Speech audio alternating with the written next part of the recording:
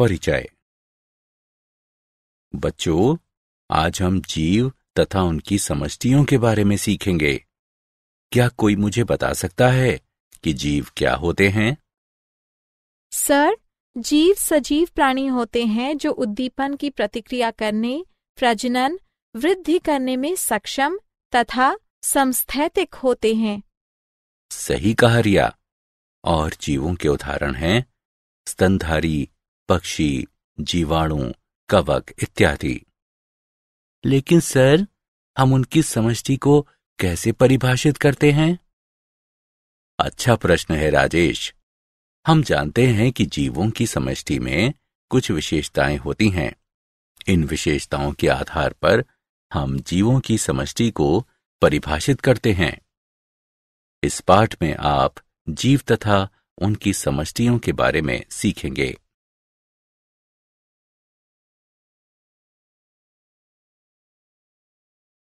उद्देश्य। इस पाठ के अंत में आप निम्न करने में सक्षम हो जाएंगे। प्रमुख अजैव कारकों की चर्चा करना, अजैव कारकों के प्रति अनुक्रियाओं का वर्णन करना, अनुकूलन का वर्णन करना, समष्टि एवं इसके लक्षणों को परिभाषित करना, समष्टि वृद्धि की चर्चा करना, वृद्धि मॉडल की व्याख्या करना, जीवन वृत्त विभिन्नताओं की चर्चा करना, समष्टि पारस्परिक क्रियाओं की व्याख्या करना।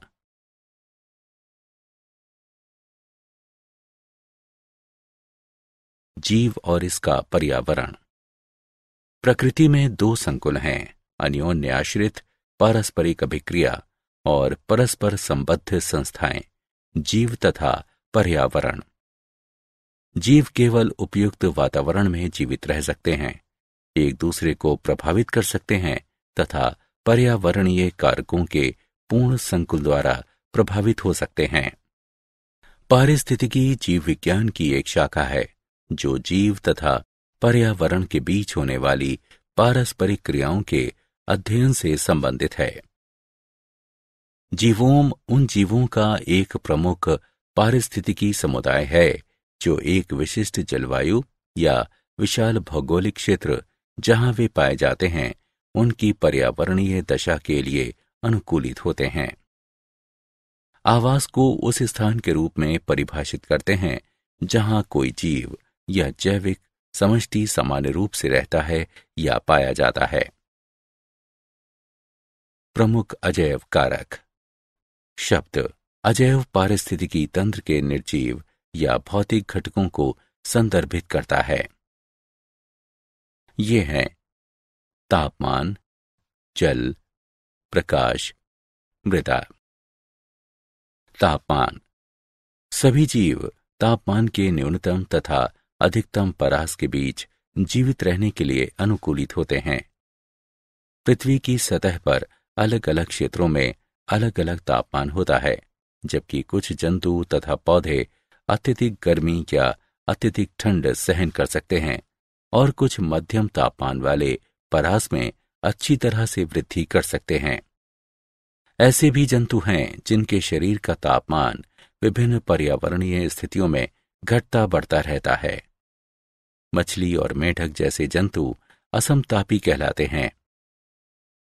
जंतु जो अपने शरीर के तापमान को परिवेश के तापमान के अनुसार नियंत्रित कर सकते हैं होम्योथर्मल या समतापी कहलाते हैं। भौगोलिक प्रक्रियाओं में तापमान भी महत्वपूर्ण भूमिका निभाता है। हवाओं तथा पृथ्वी की घूर्णन के साथ साथ विभिन्न समुद्री जल के तापमान में अंतर समुद्री धाराओं को उत्पन्न करता है। जल। जल पारिस्थितिकी तंत्र का एक अजैव कारक है। सभी सजीवों को जल की आवश्यकता होती है। पृथ्वी पर जीवन के लिए जल महत्वपूर्ण है। जल घुलित गैसों जैसे कि जलीय जीवों के लिए आवश्यक ऑक्सीजन तथा जलीय पौधों के लिए आवश्यक कार्बन डाइऑक्साइड का परिवहन करता है और तापमान परिवर्तनों के बड़े प्रभावों को कम करने के लिए जल के निकाय ऊष्मा अभिगम के रूप में कार्य करते हैं। इस प्रकार सजीवों के लिए अधिक स्थिर वातावरण बनाने में मदद करता है। जल कोशिकाओं के भीतर एक महत्वपूर्ण जैव रासायनिक घटक भी है, जहां प्रकाश संश्लेषण जैसी अनेक महत्वपूर्ण प्रक्रियाओं में इसके हाइड्रोजन तथा ऑक्सीजन परमाणु योगदान करते हैं।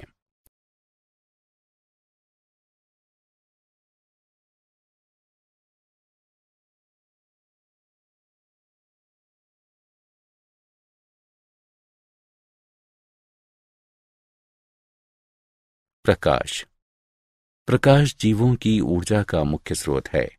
अधिकतर पौधे प्रकाश संश्लेषण की प्रक्रिया के लिए सूर्य के प्रकाश का उपयोग करते हैं, जहां प्रकाश की ऊर्जा रासायनिक ऊर्जा में और उसके बाद जटिल कार्बनिक पदार्थों में परिवर्तित हो जाती है। प्रकाश अन्य जैविक प्रक्रियाओं के लिए भी महत्वपूर्ण है, जैसे कि पौधों में पुष्पन, जंतुओं में दृष्टि और पक्षियों का प्रवासन।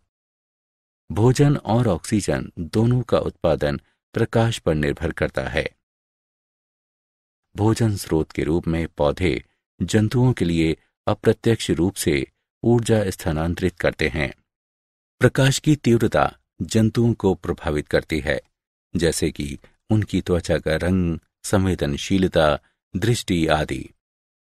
कीट भी पुष्पों के बीच अंतर करने के लिए पराबैंगनी प्रकाश का उपयोग करते हैं। मृदा अधिकांश स्थल आधारित पारिस्थितिकी तंत्रों के लिए बुनियादी माध्यम है। मृदा एक जटिल एवं विविध पदार्थ है। मृदा नाइट्रोजन चक्र में महत्वपूर्ण भूमिका निभाता है, क्योंकि ये नाइट्रोजन स्थिरीकरण तथा विनाइट्रीकरण दोनों का स्थल है। मृदा अकार्बनिक खनिज तत्वों का एक प्राकृतिक भंडार है, जो सजीवों के लिए महत्वपूर्ण होते हैं। तत्व जैसे आयरन, जिंक, कैल्शियम और फास्फोरस। बेहतर मृदा में ह्यूमस नामक बहुत सारा कार्बनिक पदार्थ भी होता है, जो सजीवों से बनता है। ह्यूमस युक्त मृदा पादप जीवन को बहुत अधिक सहारा प्रदान करती है। अजैव कारकों के प्रति अनुक्रियाएं। प्रक्रिया जिसके द्वारा जीव विविध बाह्य दशाओं के तहत अपेक्षाकृत स्थिर आंतरिक पर्यावरण बनाए रखते हैं, समस्थापन कहलाती है। आंतरोष्मी प्राणियों में उपापचय पथ और एंजाइम प्रायः लगभग 37 डिग्री सेल्सियस तापमान पर सुचारू रूप से कार्य करते हैं। ये प्राणी स्थिर शरीर तापमान बनाए रखकर अपनी स्थिर उपापचयी क्रियाओं को बनाए रखने में सक्षम होते हैं।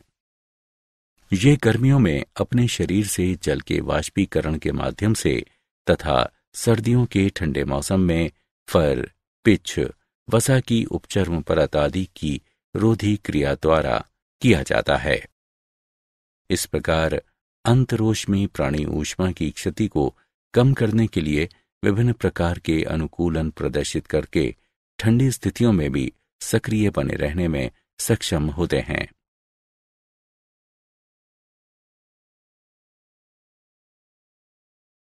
नियमन। अधिकतर जीव शारीरिक क्रियाओं द्वारा समस्थापन बनाए रखने में सक्षम होते हैं, और जिससे शरीर का तापमान, परासरणी, सांद्रण आदि स्थिर रहता है। अधिकतर स्तनधारी मस्तिष्क में पाई जाने वाली हाइपोथैलेमस नामक ग्रंथि के द्वारा शरीर का तापमान नियंत्रण करते हैं। इस ग्रंथि का ताप नियमन केंद्र ऊष्मा क्षति एवं उत्पादन को नियंत्रित करता है। ये केंद्र त्वचा के निकटवर्ती ग्राहियों से निकलने वाले तंत्रिका आवेगों तथा इससे होकर बहने वाले रक्त के तापमान से प्रभावित होता है।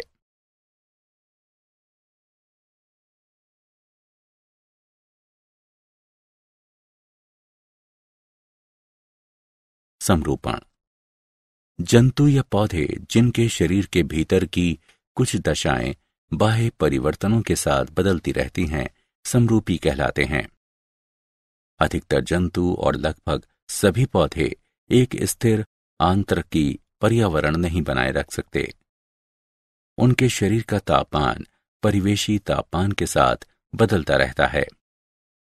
जलीय जंतुओं में शरीर के तरल की परासरणी सांद्रता परिवेशी जल की परासरणी सांद्रता के अनुसार बदलती रहती है। ऐसे जंतु परासरणी समरूपी कहलाते हैं। ताप नियमन ऊर्जा के संदर्भ में एक खर्चीली प्रक्रिया है। ऊष्मा क्षति या लाभ सतही क्षेत्र का कार्य है और इसलिए छोटे जंतु ध्रुवीय क्षेत्रों में नहीं पाए जाते हैं। प्रवास। इस क्रियाविधि द्वारा जीव दबावपूर्ण आवास से अस्थायी रूप से अधिक अनुकूल दूसरे आवास में चले जाते हैं। व्हेल जो सबसे लंबी दूरी का प्रवास करती है ग्रे व्हेल है, जो लगभग 12,500 मील का प्रवास करती है। कीट जो सबसे लंबी दूरी का प्रवास करता है मरुटिड्डी है, जो लगभग 2,800 मील का प्रवास करती है। निलंबित। वे जीव जो प्रवास नहीं कर सकते दबाव वाले समय में अपनी उपापचयी सक्रियता को निलंबित कर देते हैं और अनुकूल परिस्थितियां आने पर अपनी सक्रियता को पुनः शुरू कर देते हैं। मेंढकों एवं कुछ सरीसृपों, ध्रुवीय भालुओं में शीत निष्क्रियता तथा कुछ घोंघों और मछलियों में ग्रीष्म निष्क्रियता आदि निलंबन के उदाहरण हैं।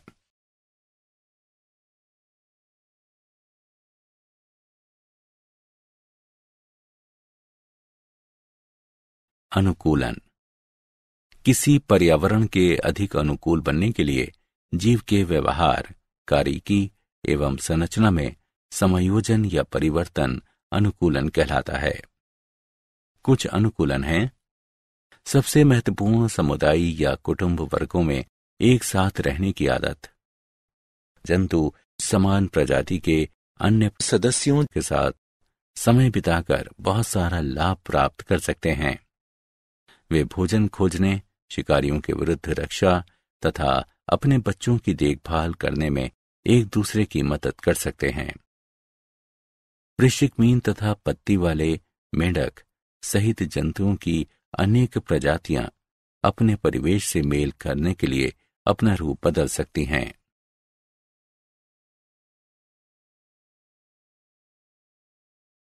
मरुस्थलीय पौधों में अनुकूलन। कुछ पौधे जो गूदेदार कहलाते हैं अपने तने या पत्तियों में जल संचित करते हैं। कुछ पौधों में पत्तियां या छोटे मौसमी पत्तियां जो केवल वर्षा के बाद ही विकसित होती हैं नहीं पाई जाती हैं। पत्तियों की कमी के कारण प्रकाश संश्लेषण के दौरान जल की हानि कम होती है। जल अवशोषित करने के लिए लंबे मूल तंत्र व्यापक रूप से फैलते हैं या भूमि में गहराई तक जाते हैं। कुछ पौधों में छोटा जीवन चक्र होता है। अंकुरण वर्षा के फलस्वरूप होता है। वृद्धि, पुष्पन और मृत्यु 1 वर्ष के भीतर हो जाती है।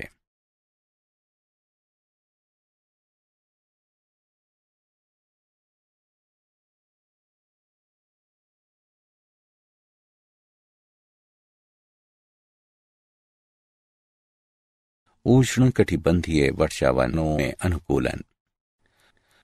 उष्ण कटिबंधीय वर्षावन। कुछ पौधे सूर्य के प्रकाश तक पहुंचने के लिए दूसरे पौधों पर अधिरोहण करते हैं। कुछ पौधे सूर्य के प्रकाश तक पहुंचने के लिए दूसरे पौधों पर वृद्धि करते हैं। वन के धरातल पर उगने वाले पुष्प जंतु परागणकारियों को लुभाने के लिए बनाए गए हैं, क्योंकि परागण में सहायता करने के लिए वन के धरातल पर अपेक्षाकृत हवा नहीं होती है। चिकनी छाल तथा चिकने या मोम जैसे पुष्प पानी के बहने की गति बढ़ा देते हैं।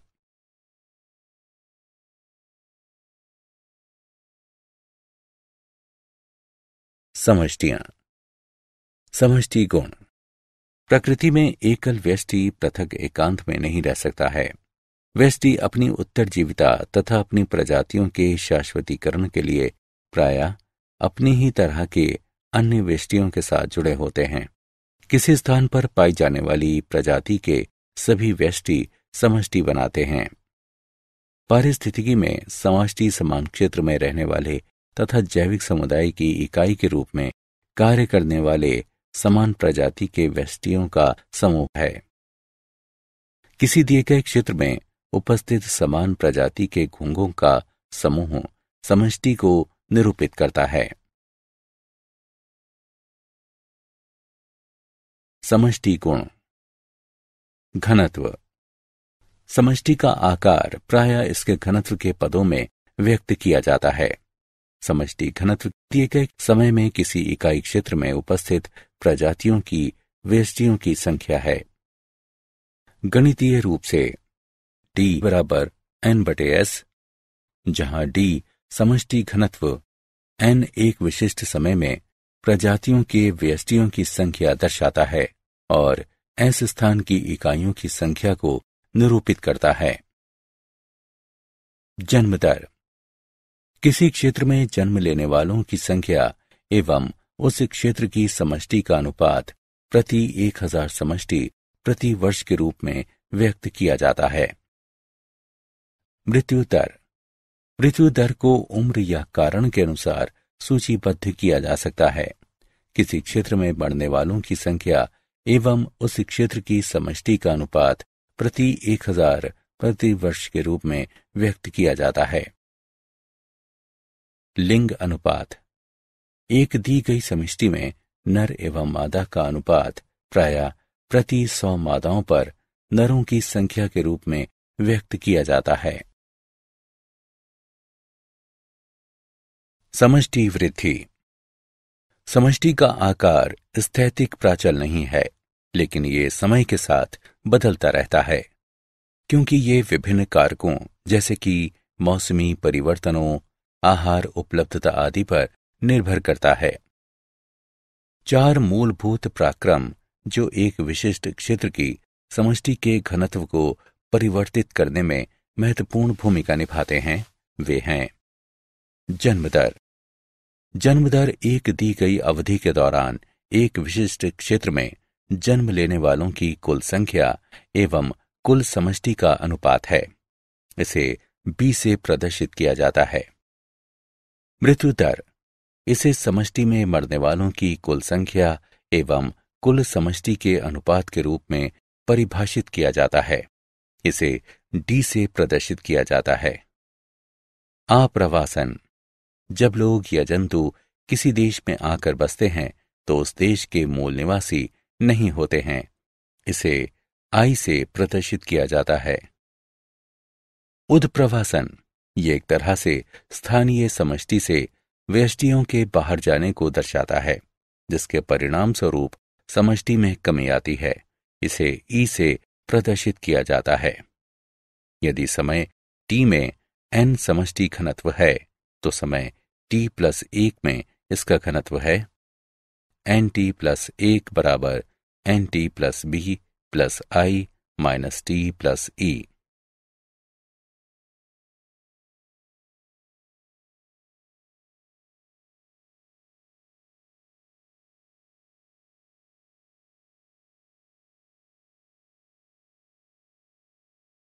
वृद्धि मॉडल।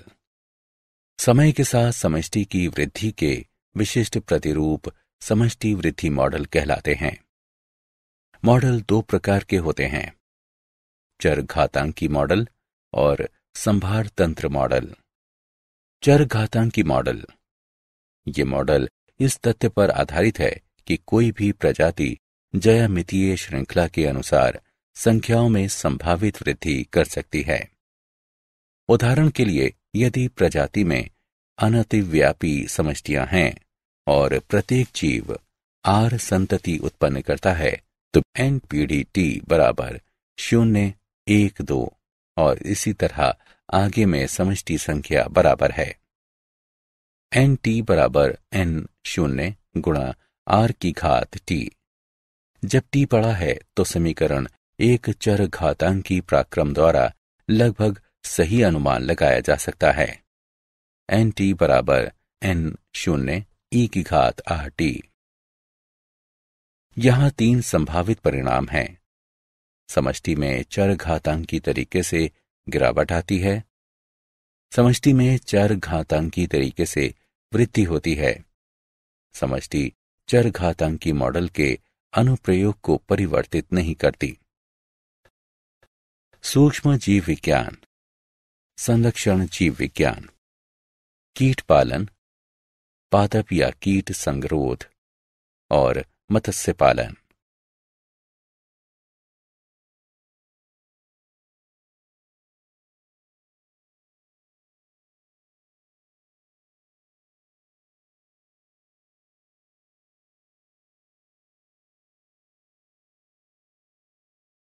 संभार तंत्र मॉडल।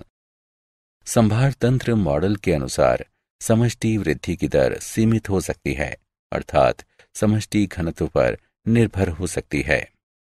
R बराबर R0 गुणा 1 माइनस n/k। कम घनत्व पर अर्थात nk से बहुत ही कम है, समष्टि वृद्धि दर अधिकतम और R0 के बराबर होती है। समष्टि वृद्धि दर समष्टि संख्याओं n के साथ घटती जाती है और जब n बराबर k तो 0 पर पहुंचती है। प्राचल k समष्टि वृद्धि की अधिकतम संभव सीमा है और पोषण क्षमता कहलाती है। यदि समष्टि संख्याएं k से अधिक हैं तो समष्टि वृद्धि दर ऋणात्मक हो जाती है और समष्टि संख्याएं घट जाती हैं। समष्टि की गतिकी का विभेदक समीकरण द्वारा वर्णन किया जाता है।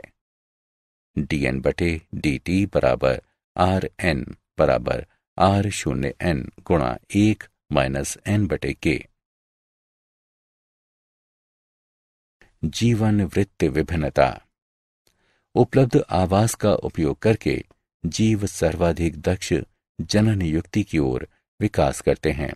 कुछ जीव अपने जीवन काल में केवल एक बार प्रजनन करते हैं।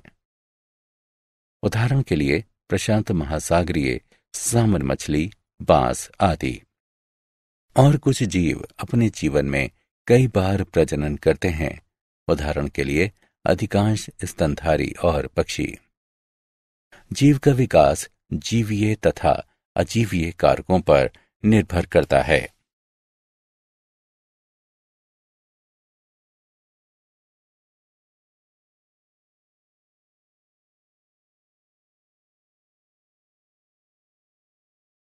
समष्टि पारस्परिक क्रियाएं।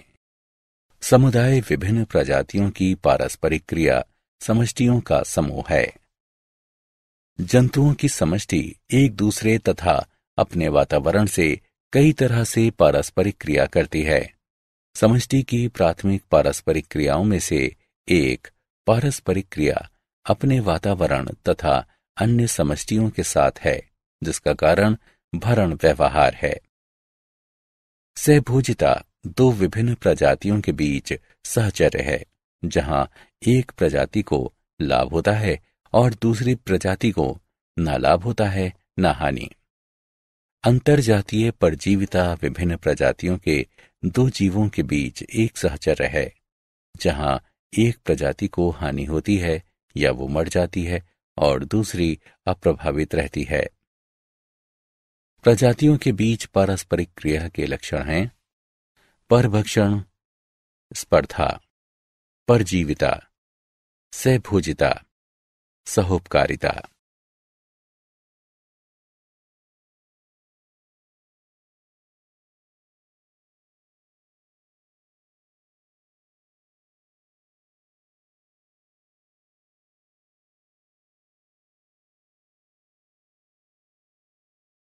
परभक्षण अलग अलग प्रजातियों के दो जीवों के बीच सहजीवी संबंध का रूप, जिसमें एक शिकारी के रूप में कार्य करता है, जो शिकारी के रूप में कार्य करने वाले दूसरे जीव का शिकार करके भक्षण करता है।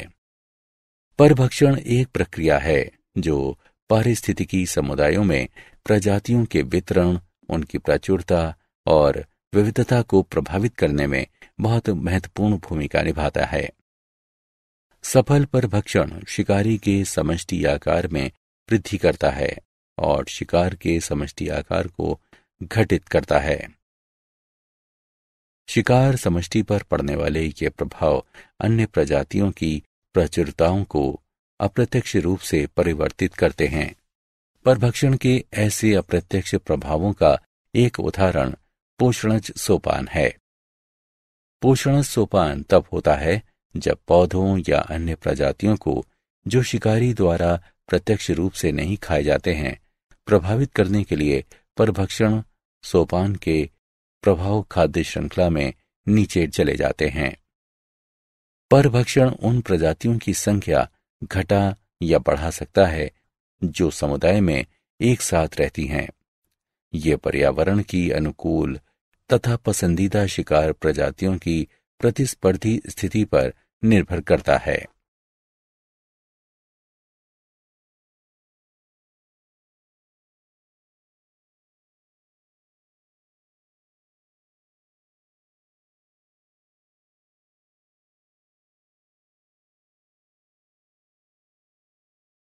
स्पर्धा सीमित आवश्यक संसाधन के लिए जीवों के बीच संघर्ष स्पर्धा है। अंतरजातीय स्पर्धा तब होती है जब समान प्रजाति के जीव एक ही समय पर समान संसाधन का उपयोग करते हैं। अंतरजातीय स्पर्धा तब होती है जब समान प्रजाति के जीव एक ही समय पर समान संसाधन का उपयोग करते हैं। स्पर्धी अपवर्जन तब होता है जब एक प्रजाति संसाधन प्राप्त करने में दूसरी प्रजाति से बेहतर होती है।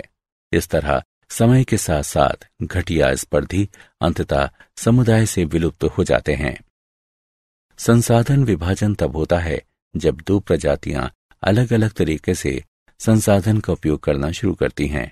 इस तरह दोनों प्रजातियां सह अस्तित्व के लिए सक्षम होती हैं।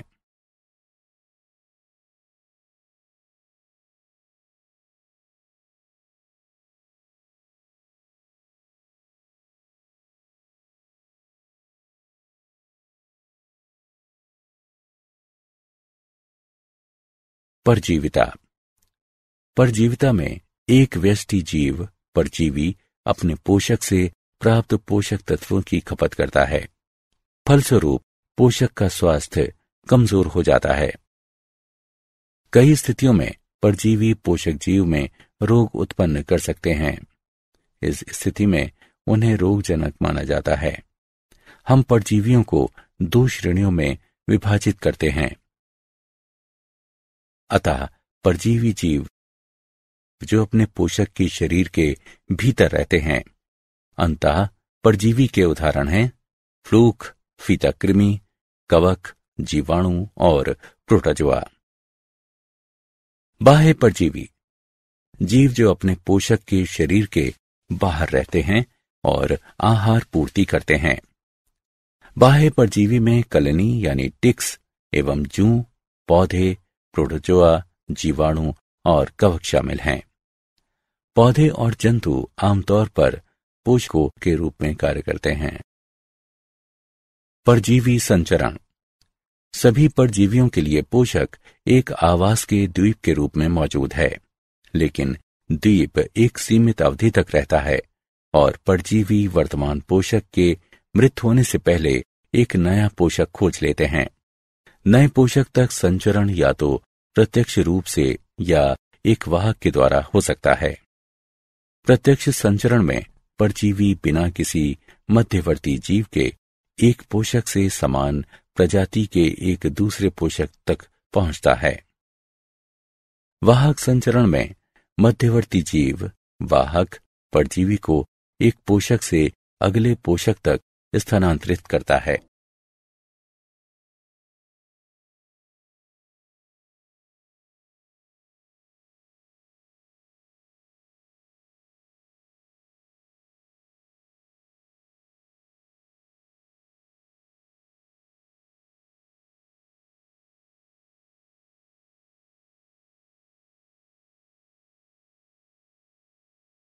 सहभोजिता सहभोजिता दो जीवों के बीच संबंध है जहां एक जीव को लाभ होता है और दूसरा अप्रभावित रहता है।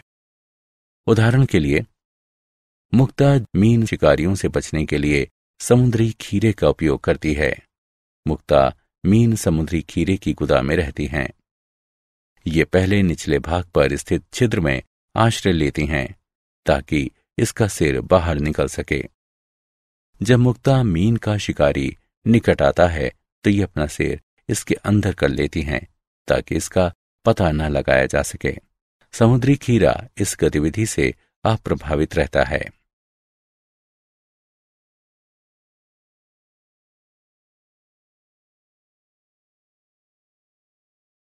सहोपकारिता। सहोपकारिता दो अलग अलग प्रजातियों के जीवों के बीच सहचर्य है जिसमें दोनों जातियों को लाभ होता है। सहोपकारी व्यवस्था प्रायः व्यापक रूप से भिन्न जीविका आवश्यकताओं वाले जीवों के बीच विकसित होते हैं। नाइट्रोजन स्थिरीकरण जीवाणु और लेग्यूमिनस पौधों के बीच सहभागिता एक उदाहरण है। इसी तरह गाय और रूमेन जीवाणु के बीच सहचर्य है। पाचन तंत्र में रहने वाले जीवाणु गाय द्वारा खाए गए पौधों को पचाने में मदद करते हैं। पेड़ की जड़ों और कुछ कवकों के बीच सहचर्य प्रायः सहोपकारी होते हैं।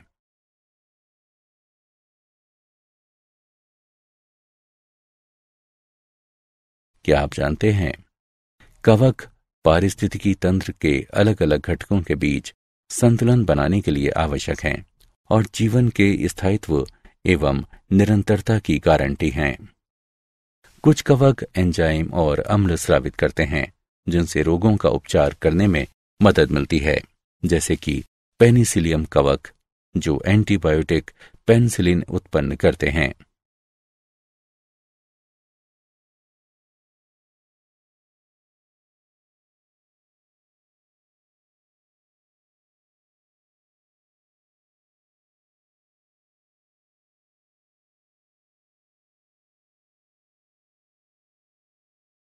सारांश। आइए हमने जो कुछ सीखा है उसे संक्षेप में दोहराएं। प्रकृति में दो संकुल हैं, अन्योन्याश्रित पारस्परिक अभिक्रिया और परस्पर संबद्ध संस्थाएं, जीव तथा पर्यावरण। शब्द अजैव पारिस्थितिकी तंत्र के निर्जीव या भौतिक घटकों को संदर्भित करता है। प्रक्रिया जिसके द्वारा जीव विविध बाह्य दशाओं के तहत अपेक्षाकृत स्थिर आंतरिक पर्यावरण बनाए रखते हैं, समस्थापन कहलाती है। जंतु या पौधे जिनके शरीर के भीतर की कुछ दशाएं बाह्य परिवर्तनों के साथ बदलती रहती हैं, समरूपी कहलाते हैं। प्रवास एक क्रियाविधि है जिसके द्वारा जीव दबावपूर्ण आवास से अस्थायी रूप से अधिक अनुकूल दूसरे आवास में चले जाते हैं। मेढकों एवं कुछ सरीसृपों, ध्रुवीय भालुओं में शीत निष्क्रियता तथा कुछ घोंघों और मछलियों में ग्रीष्म निष्क्रियता आदि निलंबन के उदाहरण हैं। किसी पर्यावरण के अधिक अनुकूल बनने के लिए जीव के व्यवहार, कार्यकी एवं संरचना में समायोजन या परिवर्तन अनुकूलन कहलाता है। किसी स्थान पर पाई जाने वाली प्रजाति के सभी व्यष्टि समष्टि बनाते हैं। पराक्रम जो एक विशिष्ट क्षेत्र की समष्टि के घनत्व को परिवर्तित करने में महत्वपूर्ण भूमिका निभाते हैं, वे जन्म दर, मृत्यु दर, आप्रवासन एवं उत्प्रवासन हैं।